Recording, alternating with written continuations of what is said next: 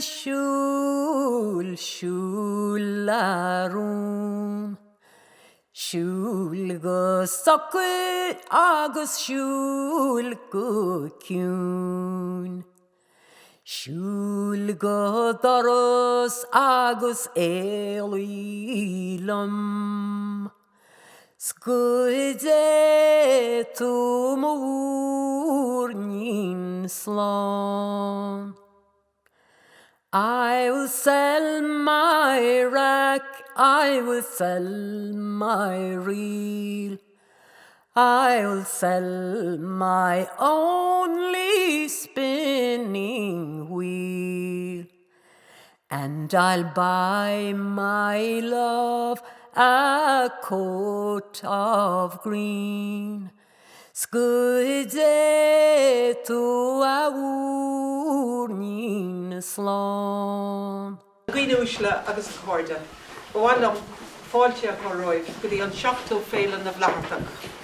Bhhailm buchas a gháil le má trasa seoige agus bertí seoige a chuireann an seomra brá seo fáilúin bliain I ní bliain. Tá anachas orm go bhfuil sibse a hagann go rialta chuig an scoil nó chuir an Féile agus muintear áran a thugann takeíocht dúin chuile bhliain éáil an seo. Má tá tú sead an céadúir tásúla gom go muna tú sult agus tanavas. Now, as you know, for several years now, our society has been working to create a new interest in the ideas and the writings of Tom and Liam Ó Cuaig. Out of their speech, out of their eyes, out of the movements of their bodies, joyousness and exuberance flow, and they make you feel that it's good to be alive. Critics do not know what to make of their work. That quotation is Liam Ó Cuaig writing about the kind of writer he admires. Well, he could easily be describing the writing of both himself and his brother. The power and often mesmeric beauty of Liam Ó Cuaig's nature stories, such as The Wounded Cormorant and The Foolish Butterfly, is frequently remarked on. As an Irish Times critic put it a few years ago, Liam Ó Cuaig's universe is one built on turmoil. The raging seas, battering the west coast, are well matched by the inner hells of guilt, desire, and failure inhabited by many of his characters. Liam Ó Cuaig's legacy is a powerful one, and is as one which our society is honoured to celebrate. Like his brother Liam, Tomás Ó Cuaig was a prolific writer in Irish and English. Again, his work, full of both tragedy and humour, tells of island life, of the fierce struggle of the fishermen and the small farmers eking out a living in the face of the elements. It has been said that Tom Ó Cuaig created some of the most moving short stories ever written in the Irish language.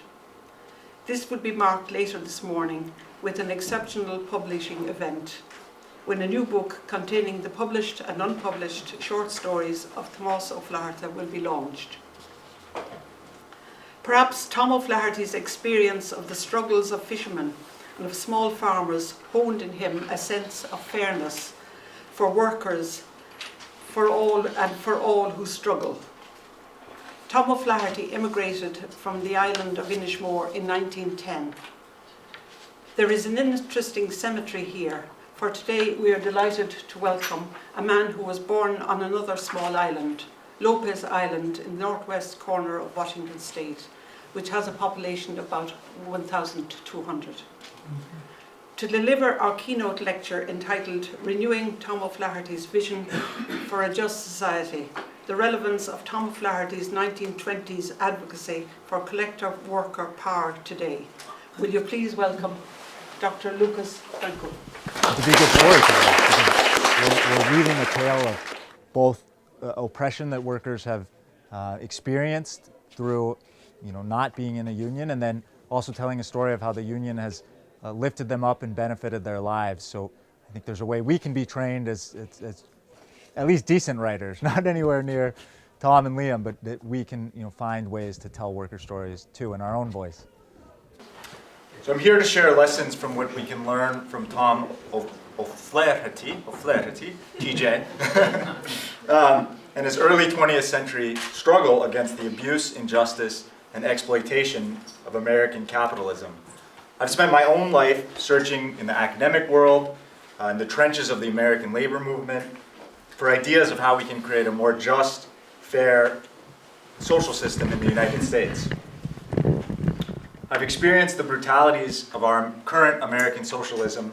Growing up poor, my parents were farmers on the small island that I grew up on in Washington State, as Kathleen mentioned.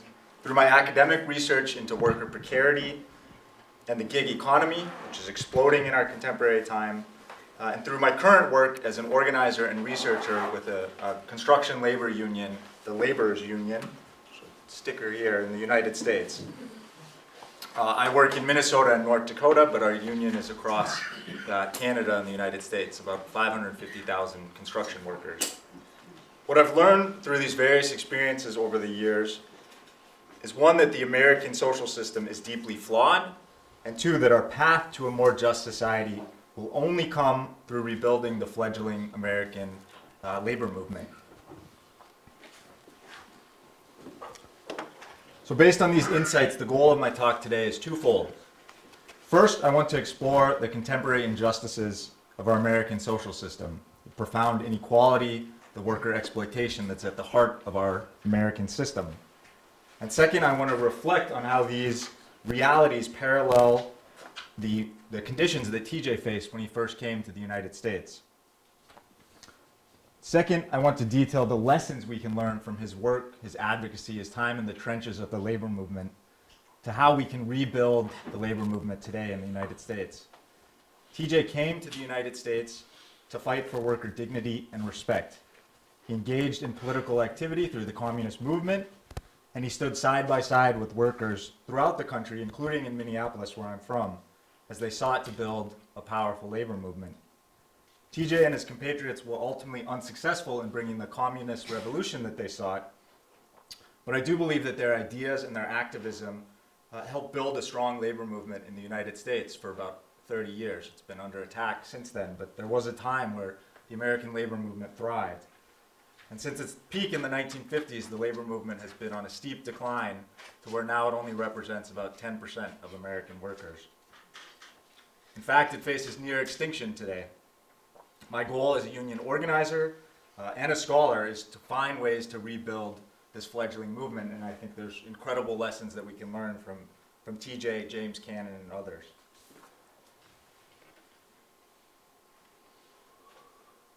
So drawing off TJ's work in activism, I argue that there are 5 key takeaways that I want to discuss and illustrate a bit today of what we can learn from his work. First, we need to invest in fostering greater collective identity and class consciousness among American workers. We've allowed elite interests to divide us along multiple identities, such as race and gender. This has been a particularly pernicious strategy throughout the history of American capitalism, pitting Irish against Italians against blacks. We need to build a labor movement that both appreciates the unique struggles that different folks face, a single mother working at McDonald's, a white construction worker in northern Minnesota, but that centers the solidarity on the collective identity that we're all workers, we're in a common struggle against capitalism. Second, we need to emphasize the value of workplace democracy in our organizing work. We too often focus on the material benefits, which is critical, but we lose sight of the core of the labor movement, which is democracy in the workplace. It's a voice in the workplace. It's dignity and respect, and this comes through that struggle for unionization. Third, we need to recommit to building a vibrant labor press. The labor press in the United States is virtually dead. We need to restore and rebuild a press that centers on worker stories. Fourth, we need to develop an independent labor party on one hand, and also work to transform the Democratic Party in the United States, which has largely been captured by elite neoliberal interest.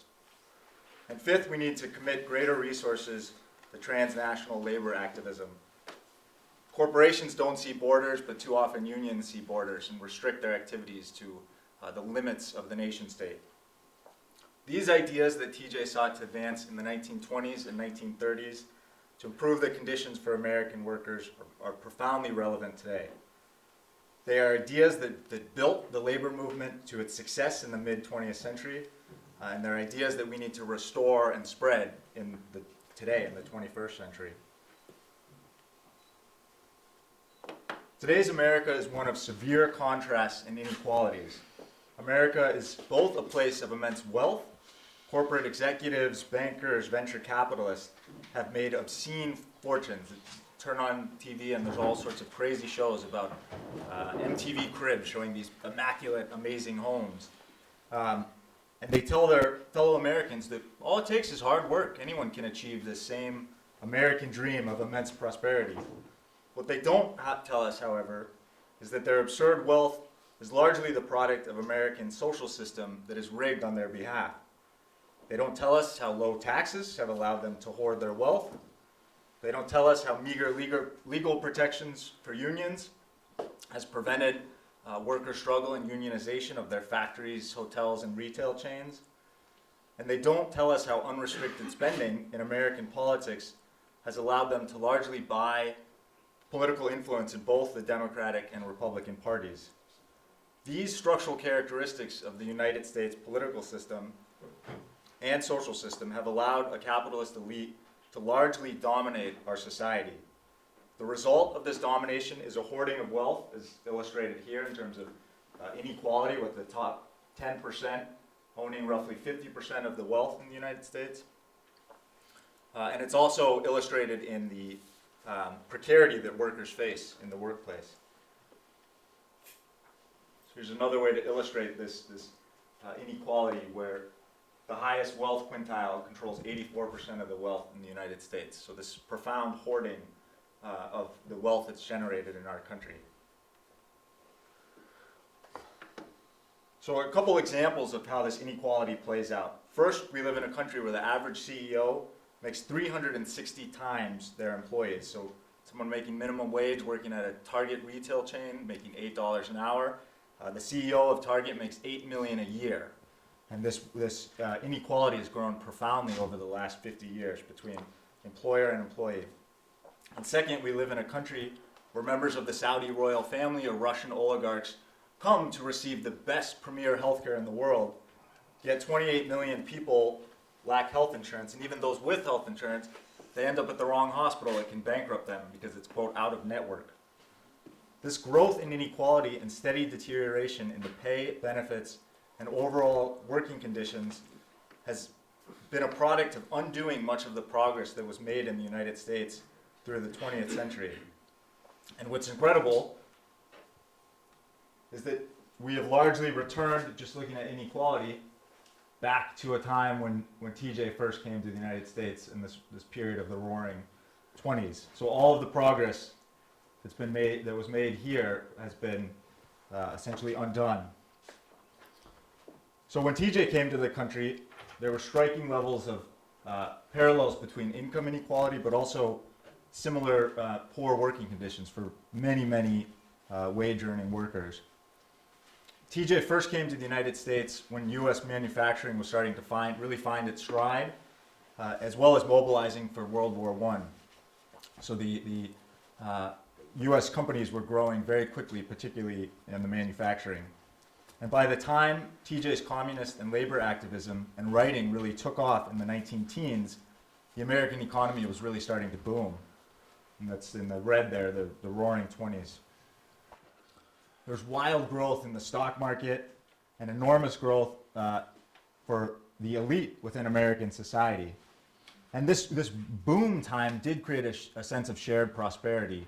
Even workers thought, everyone, the stock market's booming, I can also strive towards gaining wealth.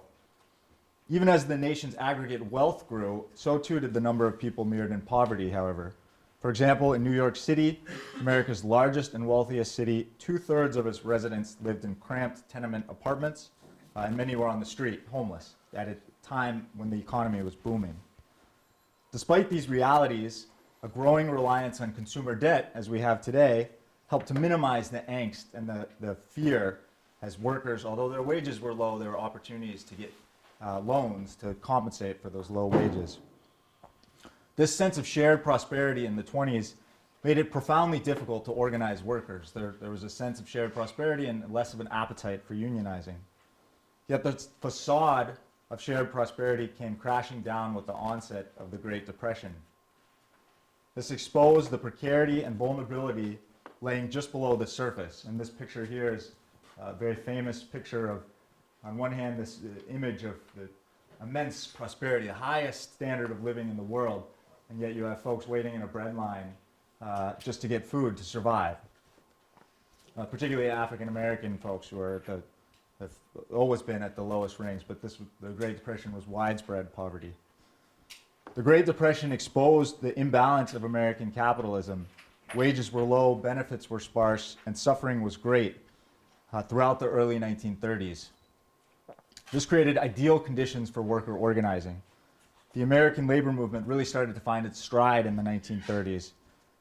Greater engagement in the political arena, but particularly more workplace organizing. And just to briefly illustrate, here you can see the union movement, only about 10% of workers in the 20s and 30s, and a relatively flat line throughout the 20s. Will drop here, and then this quick rise in the 30s as the union movement started to boom. These gains in the union movement were partially a product of politics. The Roosevelt administration was much more enthusiastic and pro-union and created a lot of laws to support worker organizing.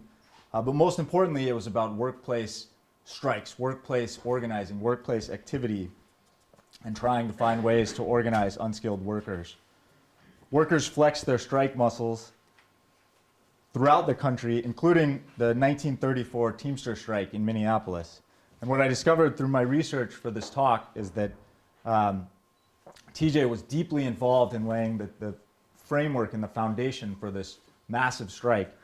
He wrote for the Producer News, which was a farmer labor newspaper on the sort of at the frontier of the United States in northwestern area of the country. Now, this embrace, as he embraced farmer labor politics, as some of you may know, within the Trotsky movement, there's a profound skepticism of this farmer labor sort of reformist politics instead of a revolutionary politics. So this created a lot of division between his former compatriots within the Trotsky movement. But I think that embrace of the farmer labor party in politics helped to mainstream a lot of the more ambitious militant organizing ideas of the labor movement.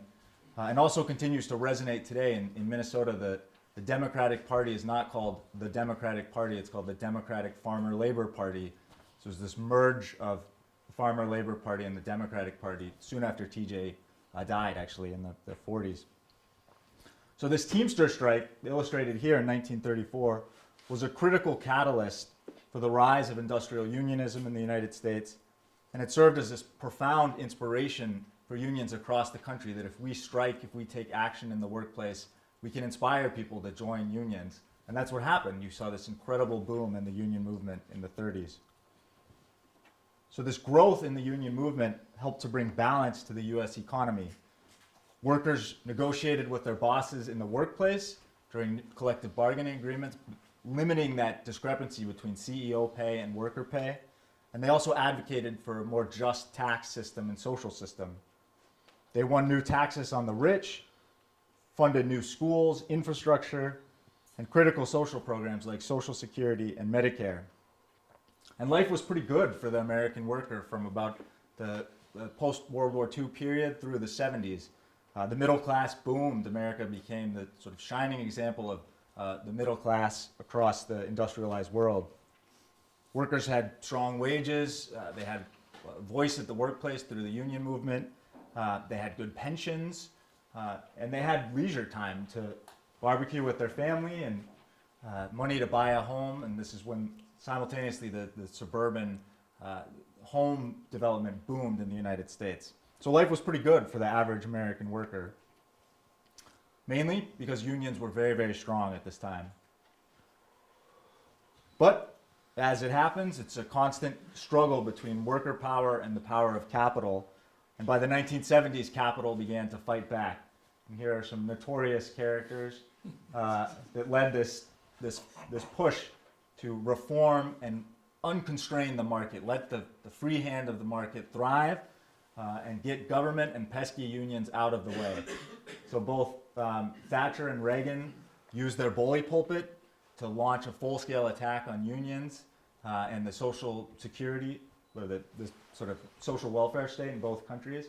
And then Thomas Friedman also sort of laid the intellectual framework for more of a free market system. This embrace of neoliberalism has led to growing insecurity and precariousness across all levels in the US. Workers have little certainty over the duration of their job, the hours they'll work. In my own dissertation research looking at organizing McDonald's workers can be asked to work one shift where they close out the store at midnight and then come back the next morning at 5 or 6 a.m. to open the store. The schedule constantly changes. It's a very common characteristic of work in the US. Wages are incredibly low, meaning that many of these folks have to rely on social safety net, so that the state ends up subsidizing low wages through the social safety nets. And generally, there's a high probability within the US that most workers will face economic insecurity outside the workplace due to a lack of benefits or poor healthcare coverage. In short, the conditions of many American workers are dismal. We have largely returned to the realities that TJ encountered when he first came to the United States in the 20s. As in TJ's time, workers then and workers today are not standing by idly. They're not just accepting this fate. They're standing up and they're fighting back. And it's a hard fight because the rules are rigged against workers and worker organizing. So here's just two examples. The fast food worker strikes that you may have heard about. We've seen this incredible uprising across the country of fast food workers fighting for a fair wage and trying to fight for union rights. And then this was 2 weeks ago actually in Minneapolis, a rally we held around wage theft in downtown Minneapolis. So mobilizing construction workers, typically white construction workers in Minnesota, but saying, hey, we're going to stand up and stop exploitation of immigrant construction workers that are being deeply exploited. And we're going to stand up against what's called wage theft, the stealing of wages. So there's all kinds of examples of this fight back that's happening. But despite these inspirational stories, the union movement continues to decline. And right-wing populists like Donald Trump have captured the political support of many disgruntled workers. My union, for example, used to be 75, 80% of our members would vote Democratic. Donald Trump got about 50% of those workers to vote for him. So it's this idea that he's channeled their anger and frustration to say that the roots of your pain are not the capitalist system. The roots of your pain are immigrants that are invading our country, and that's who should be blamed. He's been wildly successful, largely because the left has not provided a sufficient counter-narrative of, no, the pain is a product of capitalists hoarding wealth. So what can we learn from TJ and his writing and his advocacy? From researching TJ's work through the 20s and the 30s over the last few months, I've extracted 5 key lessons on how we can rebuild the American labor movement. So first, we need to build a greater class consciousness among working people. This was a central goal of TJ, Foster, Hayward, Cannon, and other early 20th century leftist labor leaders. No worker movement will succeed without a cross-cutting solidarity that unites workers across many different identities, but that centers that solidarity on a common class analysis. American capitalists have been wildly successful at dividing workers along lines of race, religion, and gender. Race has been a particularly effective tool in the United States to sow the seeds of division amongst working people. The use of these racial divisions is particularly pronounced in the era of Donald Trump, as I mentioned. He uses language of invaders to talk about immigrants that are supposedly taking our jobs. The American left has largely failed to provide that key counter-narrative that's needed. The Democratic Party in the 90s increasingly embraced neoliberalism and has relied heavily on the market as our sort of solution to our problems, rather than offering a full-throated critique of capitalism. Now this is changing with characters like Bernie Sanders and Elizabeth Warren. They're shifting the narrative and trying to embrace this class narrative. And that's great, and I think that's a sign of immense progress. Because American workers are angry. They've seen generations of stagnating wages, rising healthcare costs, and a loss of secure retirements. Pensions are a thing of the past. We rely on these 401k plans that are nebulous and boom and bust with the stock market. We in the union movement need to offer a clear critique of the failure of American capitalism. And I think we can draw heavily off TJ's writings and Cannon's writings to find a very clear, sharp critique of capitalism. Second, we need to expand the scope of our organizing work beyond simply material benefits. We talk often to workers about, you can get better wages through the union, you can get a healthcare plan, and that stuff really matters and helps to persuade people. But I think what's most important is the sense of workplace democracy, that you will have a voice, you'll have dignity and respect in the workplace. And we need to focus more on that value of democracy. We also need to live by high standards. The union movement is a democratic movement and can often slip into some of the patterns of corruption and oligarchy that have given us a bad reputation, frankly. So in terms of this commitment to internal democracy, to show an example of what it looks like to be a democratic organization, I think we can draw off some of TJ's work. In 1924, TJ wrote an article published in the Workers' Party of America called On a Labor Faker's Trail, The Shady Record of Frank Farrington. And this article was a searing critique of a union boss for the United Mine Workers in Illinois. And in the article, he detailed the corruption and close ties between the mine boss and the union official. And all too often, union officials in the United States have succumbed to that corruption and temptation to live ostentatiously and work too closely with capital. So we need more stories like TJ's that when there's cases of corruption, that those cases are exposed by union activists and that workers vote out those union officials. Because there's always, what's beautiful about the union movement is there's always a democratic mechanism to remove corrupt leaders. A third insight I found in TJ's writings is a commitment to a workers' press.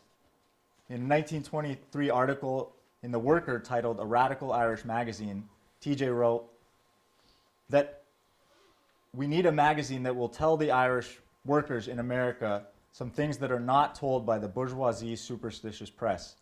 It will tell them about the labor movement, what Gompers is doing and not doing, what Foster is doing and not doing, and why Ireland is not free and how to free it. There are few publications today in the American media that are rooted in the stories of American workers. Stories on the trials and tribulations of workers are rarely told. The mainstream media was shocked by the election of Donald Trump, in large part because they were deeply out of touch with the frustrations that American workers felt outside the East Coast cities. They didn't fully grasp how free trade deals had pillaged the cities of the upper Midwest, leaving people hopeless, angry, and insecure. And a recent Houston Chronicle article detailed how in the 1930s, when the modern labor movement was established, unions employed hundreds of reporters all over the country. Their task was to inspire workers with tales of their coworkers rising up. And we need the same thing today. We completely lack an avenue to share worker stories. And that is something that we find lessons in the 30s from TJ's work and that we need to renew today. TJ saw that it was an avenue for raising worker consciousness and a path to building worker identity. Fourth, TJ, Cannon, Foster, and other left-wing unionists consistently struggled with the question of what extent should we seek a socialist revolution or pursue other paths and work within the existing party apparatus. The question of whether or not the Democratic Party in the United States is irredeemable is a very relevant question, I would say. But the reality is the American system is designed so that it's very hard to have a vibrant third party. It's structured as such that two parties are really only viable because of a lot of different rules of the game. We also have a system that is rigged in favor of agricultural interests. A state like California, with 38 million people and a state like Wyoming have the same number of senators. And Wyoming has 538,000 people. So the structure of our politics tends to rig our system in favor of rural states. But I still think there's room to build an independent labor party, and there's two ways to do this.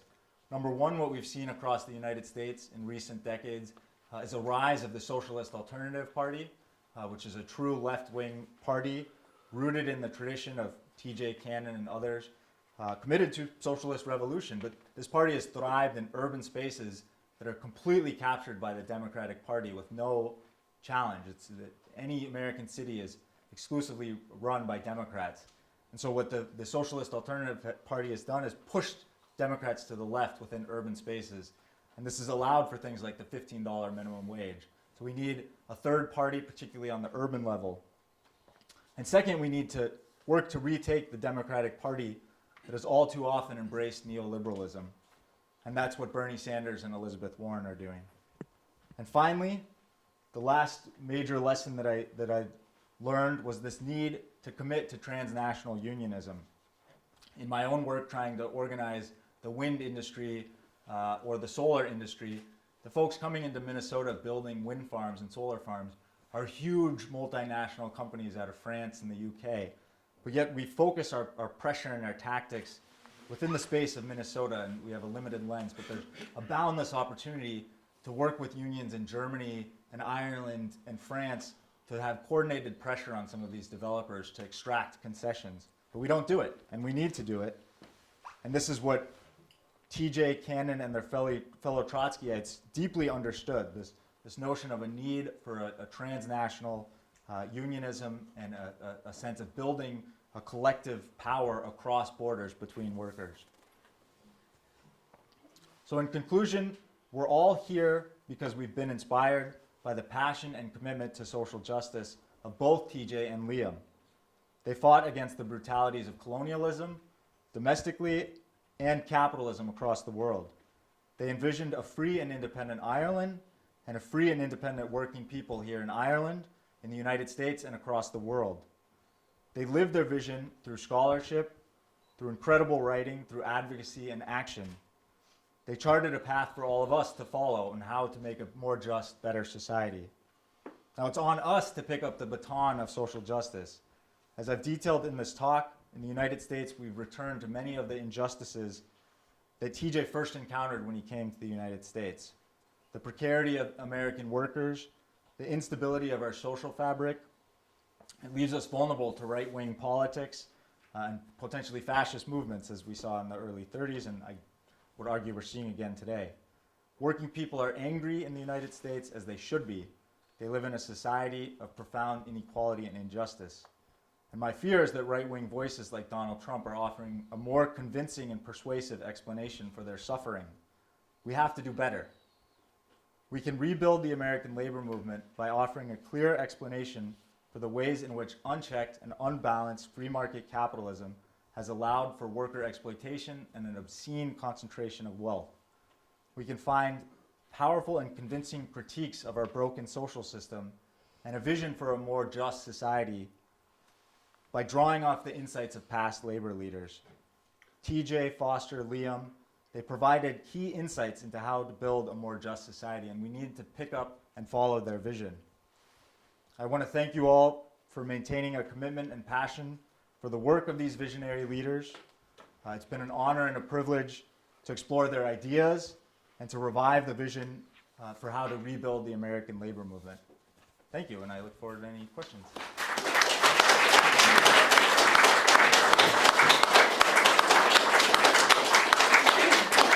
Yeah, it felt good. I really enjoyed most of all the questions were my favorite part. Really interesting audience questions. It's nice to sort of move from the talking at people to having a conversation, and there's just so many people that have been inspired by both Liam and Tom and have a lot of thoughts and questions and are eager to discuss his life, which now I am too after really learning about him.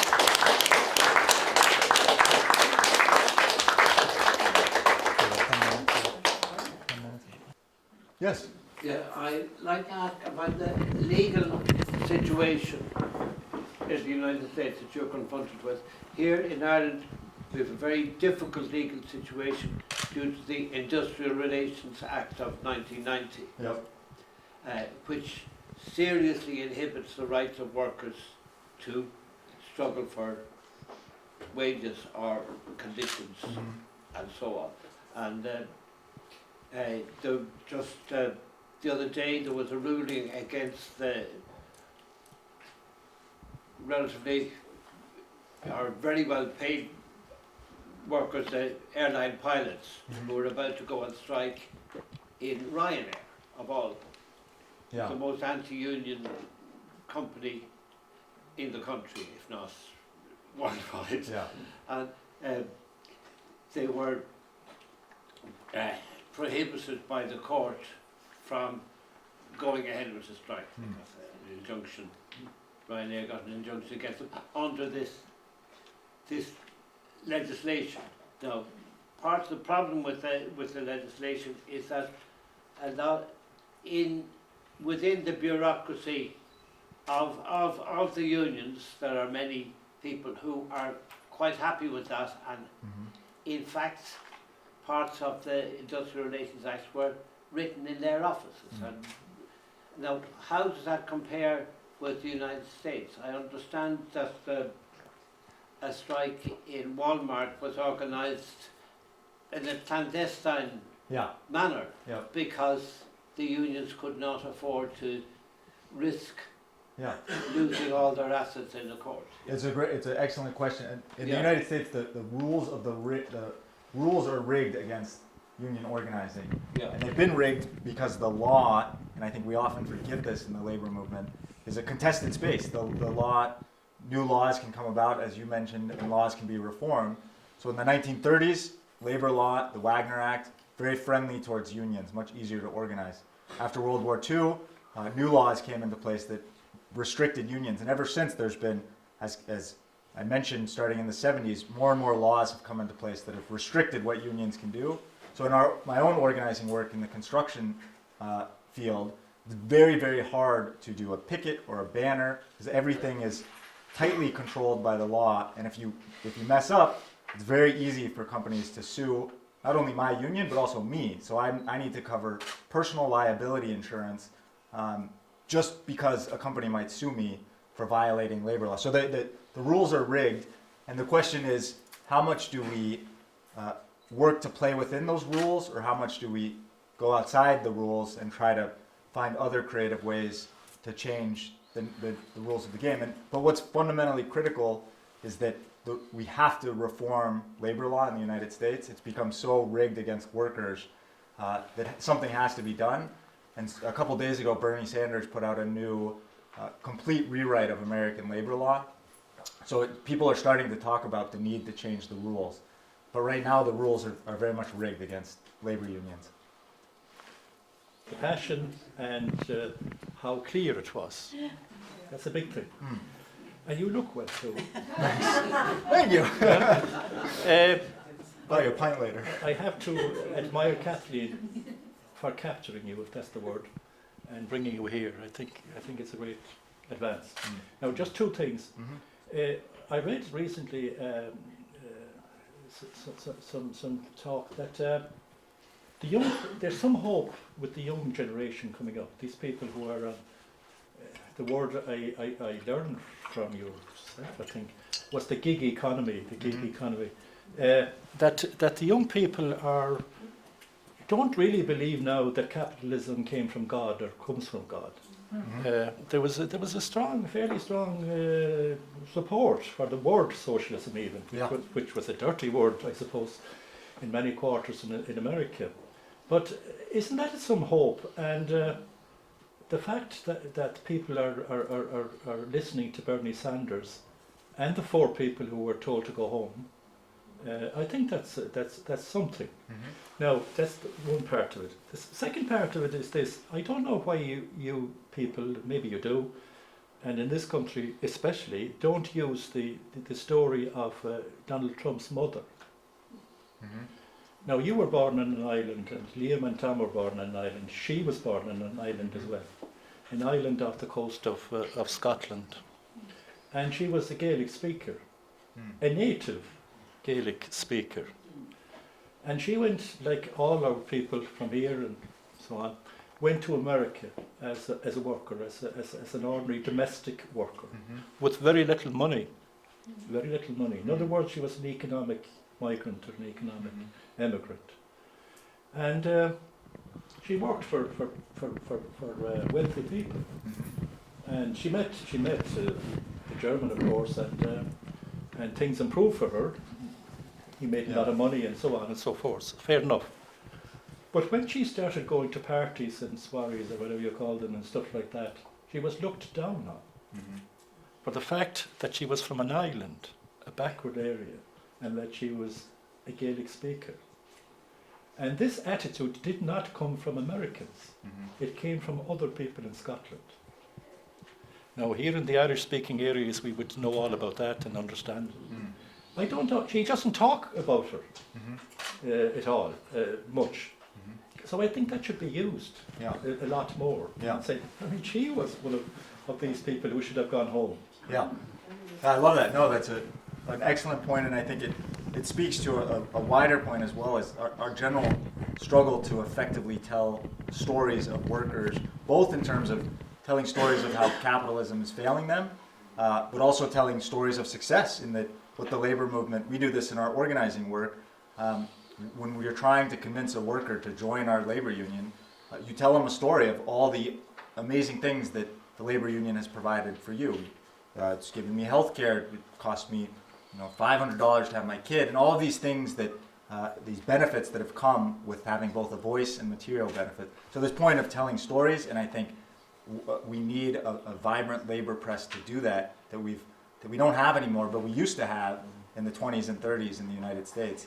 And then your second point, the shift in the view of socialism is extraordinary, even in the last 5 years, particularly amongst young people. And I think part of that, going back to the graph I had of inequality, we're back to conditions similar to the 20s. People see and feel how it's failing, and so they're open to new ideas. And so, for example, I was in Atlanta recently, and the Democratic Socialist Party there in Atlanta, before the 2016 election, had something like, I think, 500-600 members. After the 2016 election, and Bernie Sanders using the bully pulpit to offer a full-throated critique of capitalism and alternative vision, was up to 5,000 members. So the whole Democratic Socialist Party in the United States has grown astronomically over the last 5 years. And I think that's because you have political figures like Sanders and like Warren increasingly using the bully pulpit to share the vision of something different, something outside of a sort of mainstream capitalism. Yeah, and we do that in our work in Minnesota. We do that working within our TV stations and our mainstream press, and I think that's true. If you frame the story, absolutely. Any other questions or comments? Yes, in the back. Back there?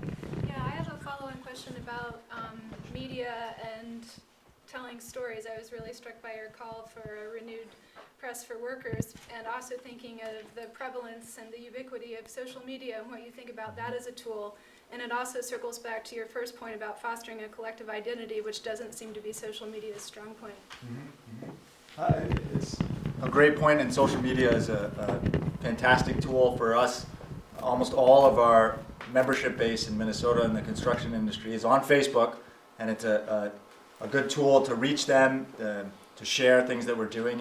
It works well and serves a specific purpose, but too often I think the union movement has become infatuated with social media as an organizing tool, and it supplements organizing, and it can serve its own purpose, but nothing beats one-on-one actually having conversations. An example of this is we've been trying to collect petitions in Minnesota around, they're trying to change how apprenticeships work, essentially deregulate our industry. Huge problem. And we've tried on social media to gather these petitions.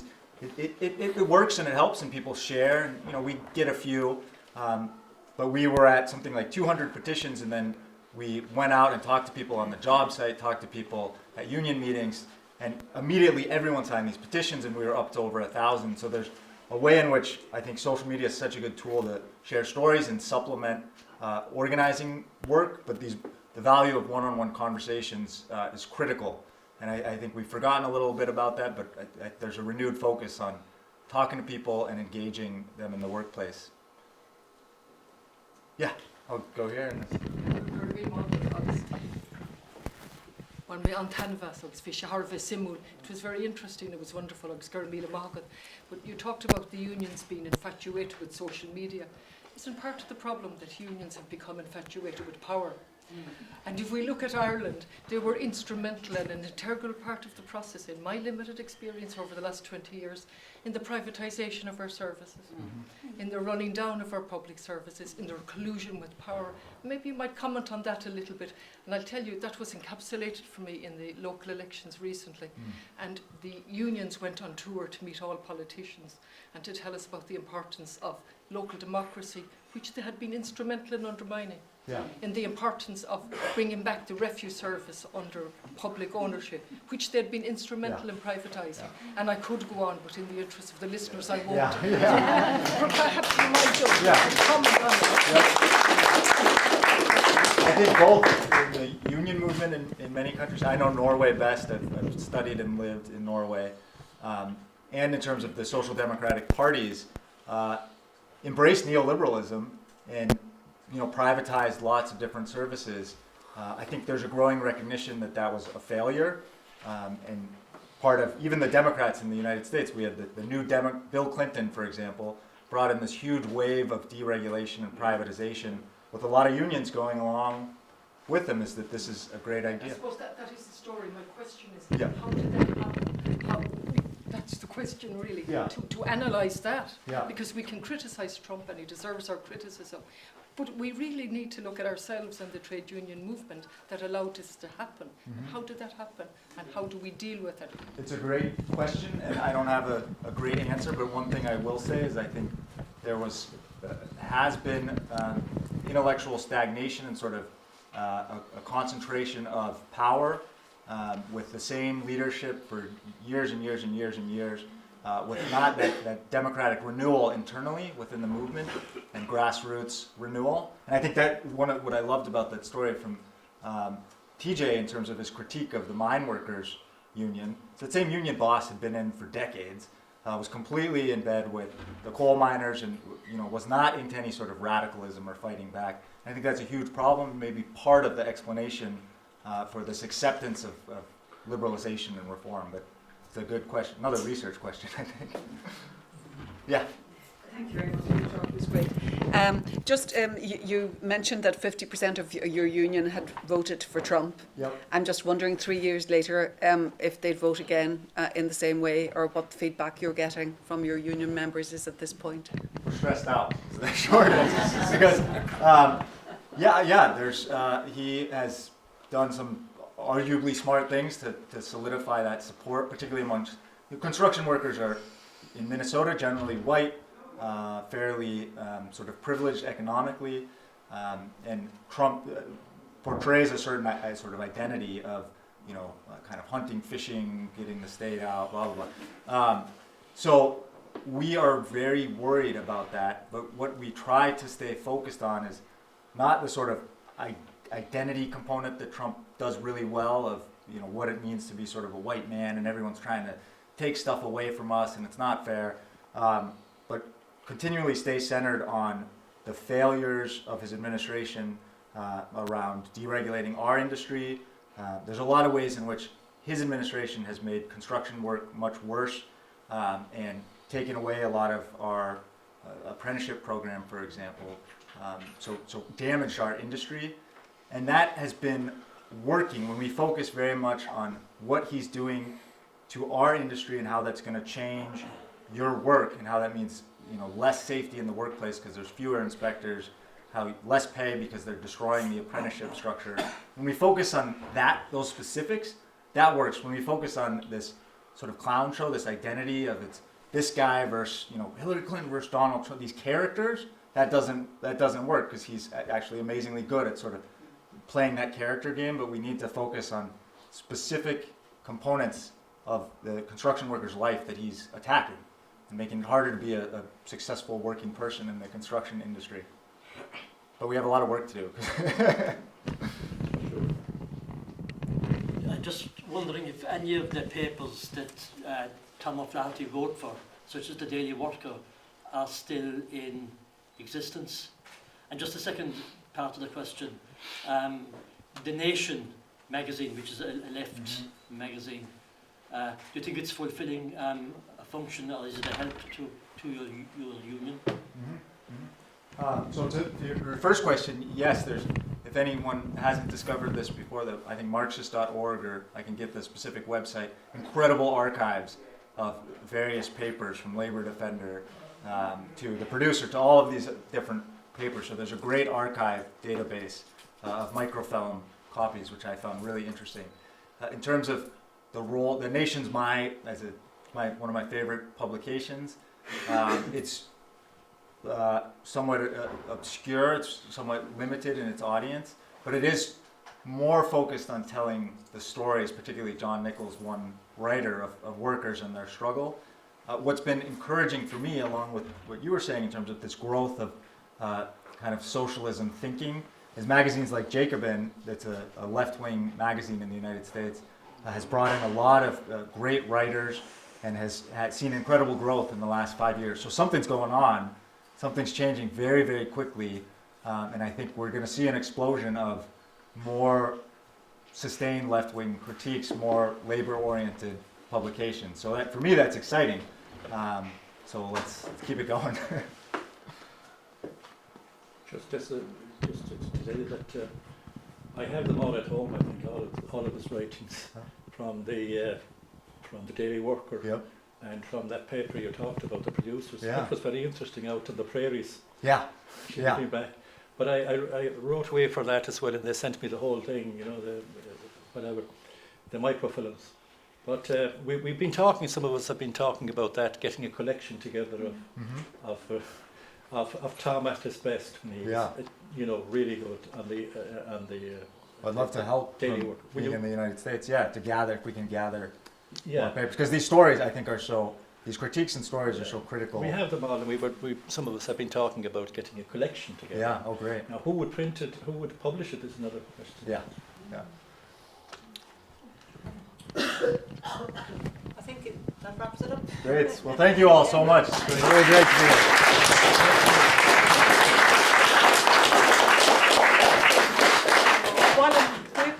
Just really appreciate the opportunity to be here. I've already learned a lot from the folks here and gained a lot of new archives and materials that I can look at. So it's been really fun and inspiring, and I look forward to the rest of the festival. We're just getting going. So.